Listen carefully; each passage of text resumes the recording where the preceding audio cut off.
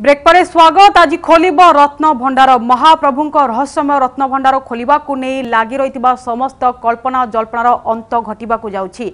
आज महाप्रभु भोग मंडप सरीबा परे प्राय 1 घंटा पूर्व श्रीमंदिर में शोध कार्य आरंभ हो। रत्न भंडार जांच पाई जगमोहन मरामती काम स्थगित रहिबो। मध्याह्न धूप पर द्वितीय भोग मंडप शेष होगा पर अन्यान्य नीति स्थगित रहिबो। रत्न भंडार खोलिबार 1 घंटा पूर्व सर्वसाधारण दर्शन बंद रही रत्न भंडार जांच पाई नियुक्त प्रतिनिधि विशेषज्ञ सेवायत और श्रीमंदिर परिचालना कमिटी पदाधिकारी ने गठित मोट 17 जनिया प्रतिनिधि दल केवल मंदिर भीतर को जाइपारे। रत्न भंडार स्थिति परखिबा परे विशेषज्ञ दल तुरंत श्रीमंदिर मुख्य प्रशासक को एने रिपोर्ट देबे। तेबे रत्न भंडार खोलिबा पाई मनोनीत प्रतिनिधि दल एबे आशा और आशंकार रहिछंती।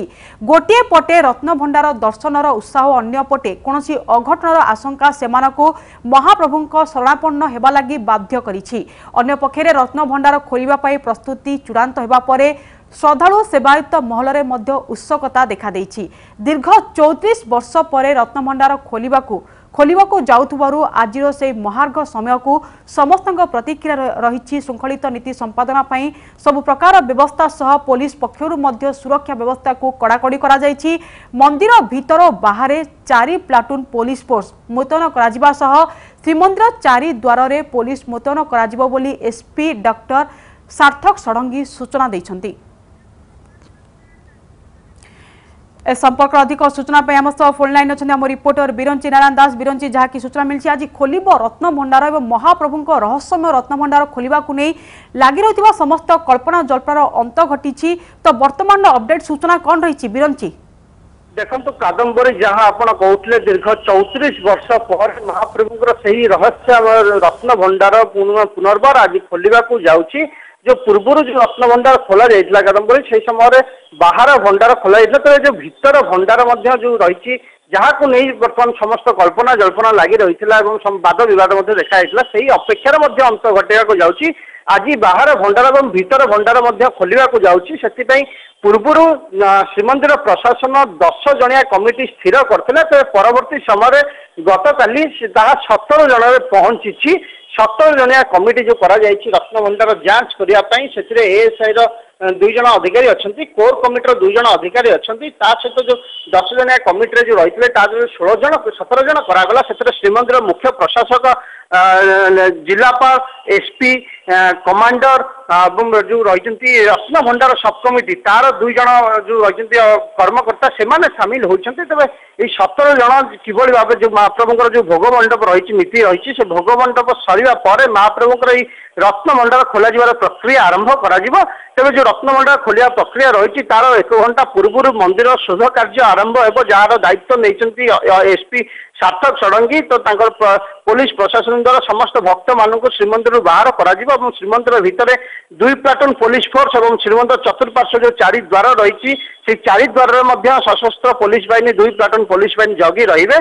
तापर मंदिर शोध कर रत्न भंडार जांच प्रक्रिया आरंभ करा। तो पूर्व जो निष्पत्ति नि समस्त को त्रिस्तरीय जांच कर रत्न भंडार को छड़ा। प्रथमे पुलिस जांच करेंगे, तापर पुनर्बार समस्त को संपूर्ण स्कैनिंग करा। रत्न भंडार निकट में जो भंडार मेकअप रही से भंडार मेकअप जांच करेंगे। तेज जांच समय समस्त अधिकारी माने श्रीमंदिर प्रशासन द्वारा जोगाई देइथवा गामुछा को पिंधिकी रत्न भंडार भीतर को जीवे एवं ता भीतर 1 घंटा समान जो समय धार्य कराई 1 घंटा धरी रत्न भंडार को जांच करेंगे। तेज जो जांच प्रक्रिया रही से केवल रत्न भंडार छातर अवस्था कौन रही, कांथर अवस्था कौन रही, चटणर अवस्था कौन रही, केवल ताकू ही जांच करेंगे। से भीतर जो रत्न भंडार रही कौन प्रकार छुई पारे ना, रत्न जो रत्न रही अलंकार रही देखापी से विषय गणना करने बाकी जो रत्न को लेकिन जो विभिन्न रत्न भंडार रही अलंकार को लेकिन वाद विवाद रही समाधान कर केवल जांच करेंगे। वर्तमान जो रही अवस्थिति तार किभली रही स्थिति वर्तमान वास्तव स्थिति को जांच कर पुनर्बार पुणी त्रिस्तरीय जो जांच कर पुनर्बार से भली भंडार मेकअप प्रथमे पुनर्बार जांच करेंगे, तापर पुनर्बार स्कैनिंग कर पुनर्बार पुलिस पुणी चेक करा आसी पुनर्बार से आसिक मुक्ति मंडप पाखे पहुंचे पूर्व जो जिते रत्न भंडार भीतर को जी आपन को ये कही रखा चाहिए रत्न भंडार रक्षक होती स्वयं महादेव लोकनाथ से रही तो छत्तीस निज निष्पत्ति रही जे रत्न भंडार जांच करा अनेक गुप्त रहस्य रही से गुप्त रहस्य जेपरी उन्मोचन न हुए परिप्रकाश न हुए बाहर कौन